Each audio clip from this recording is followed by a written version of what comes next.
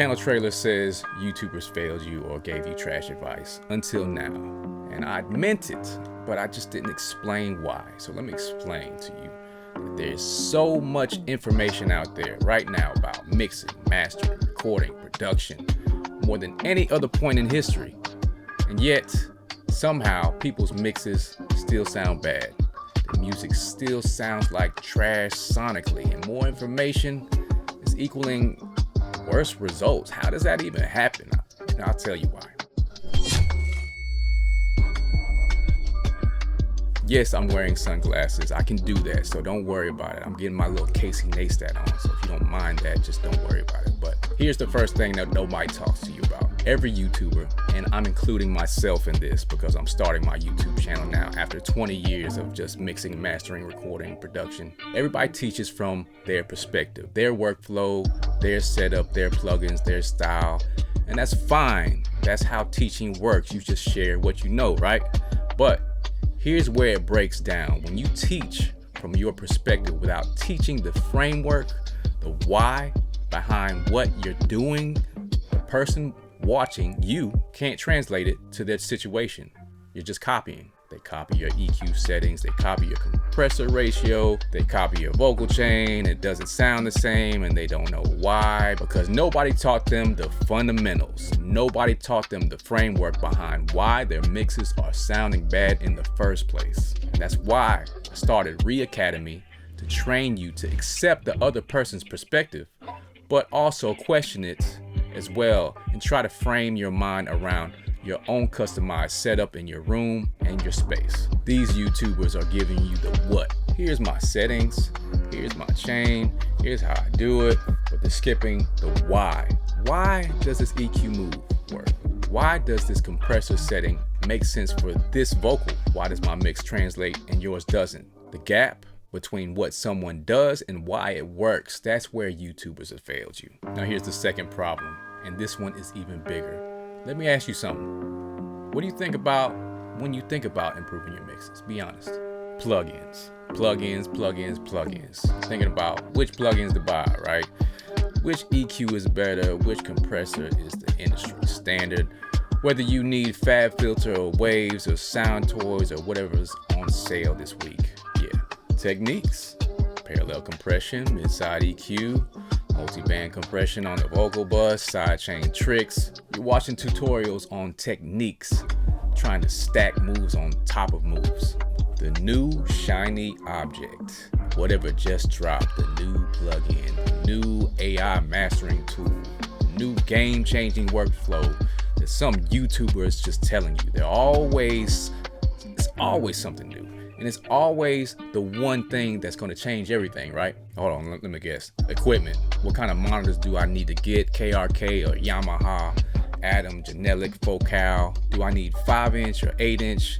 Is it near field or midfield? What interface am I using? Focusrite, Universal Audio, Audience, RME, Links, Apogee. Does my preamp matter? Should I upgrade my converters? Do I need a sub? What kind of sub do I need? Where am I going to put it? Is it going to be forward or it needs to be pushed back? What kind of computer? Do I need a Mac or a PC? How much RAM do I need? What processor? Is my session lagging because I need a better machine? If you're an engineer and this is hitting close to home, subscribe, because I'm about to tell you what nobody else will. Here's the thing. None of that matters. Not one thing on that list matters if you don't address the one problem that damn near nobody talks about, and that is your room. The acoustic environment that you're mixing in is the foundation that everything sits on top of. Every plugin decision you make, every EQ move, every compressor setting, every time you think this sounds right, you're hearing it through your room. And if your room is lying to you, then every decision you make is gonna be wrong. You just don't even know it. You buy $2,000 monitors and you put them in an untreated room, you know what you got? You got a $2,000 pair of paperweights. Monitors giving you the wrong information. It's basically goose egg. The reflections off the walls, the bass buildup in the corners, the comb filtering from the desk. Your room is coloring everything that you hear, and you're making mixed decisions based on that colored information. That's why your mixes don't translate. That's why it sounds good in your room and it sounds like trash in the car. That's why you keep buying new plugins thinking the plugin is the problem. The plugin was never the problem. The room was always the problem. Now hold up, it doesn't stop at the room. Here's what else YouTubers skip. Gain staging, gain structuring, the fundamentals of signal flow. How loud should your tracks be before they even hit a plugin? Most people have no idea. It's so confusing out there. It was confusing for me when I was looking for the information. They're slamming their plugins with hot signals, wondering why everything sounds harsh and distorted. Nobody makes a sexy YouTube video about gain staging because it's not clickbait, it's foundational. Excuse me, I'm probably getting a little bit mad, but another thing is monitoring levels. How loud are you mixing at? If you're mixing loud, everything sounds good. Louder is better, right? Bass sounds full, highs sound crispy, the vocals sound present, but then you turn it down and suddenly your mix falls apart. And that's not a mix problem, that's a monitoring problem. You gotta mix at a conversational level. If it sounds good quiet, it sounds good everywhere. Critical listening. Before you mix anything, can you actually hear what's wrong? Can you identify a 3 dB buildup at 400 hertz by ear? Can you tell if the vocal is 1 dB too loud? Most engineers can't. Not because they're not talented, but because nobody taught them how to train their ears. They went straight to how to use a compressor and skipped how to hear what a compressor is doing.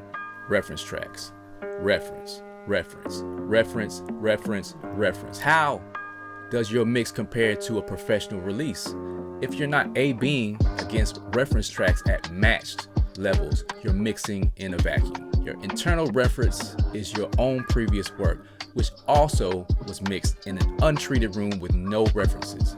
You're calibrating off your own mistakes. Before I went to the mix with the masters, with Dave Pensado, Jason Joshua, Timberland, 2019, I really wasn't paying attention to gain staging or reference tracks, but after I went, I understood the importance of gain staging and gain structuring to be able to get my mixes actually louder. Now pushing up is not always louder. Turning stuff down and letting the audio hit the plugin in the right way makes the overall mix and master much louder than you could ever have it. I don't even have that problem anymore. So what am I saying? Am I saying not to buy plugins, don't watch tutorials, don't upgrade your gear? No, I'm not saying those things, not to do them, but do them in the right order. Foundation first. Numero uno, number one, treat your room, even basic treatment. Absorption panels at the first reflection points, bass traps in the corners. You don't need a $50,000 studio, you just need a room that's not lying to you. You gotta learn to listen, train your ears before you train your plug-in knowledge. Critical listening is a skill, you have to develop it. Learn signal flow, gain staging, routing. I know it's boring, but it's how audio moves from point A to point B. This is the plumbing of your mix. And if the plumbing is broken, the fixtures don't even matter. Reference, reference, reference. Again, use reference tracks, always at matched levels. This is your reality check. Then, and only then, worry about which plugin sounds best on a vocal. YouTubers gave you step 5, and that's why they failed you. I know I was a bit harsh, but it just had to be said. You know, nobody's going to talk about this, and I haven't seen anybody talk about it, so that is why this is the beginning. I am going to put out everything I've learned in the past 20 years of doing this, mixing, mastering, producing, running a studio, and building a business around it. No gatekeeping, no filler.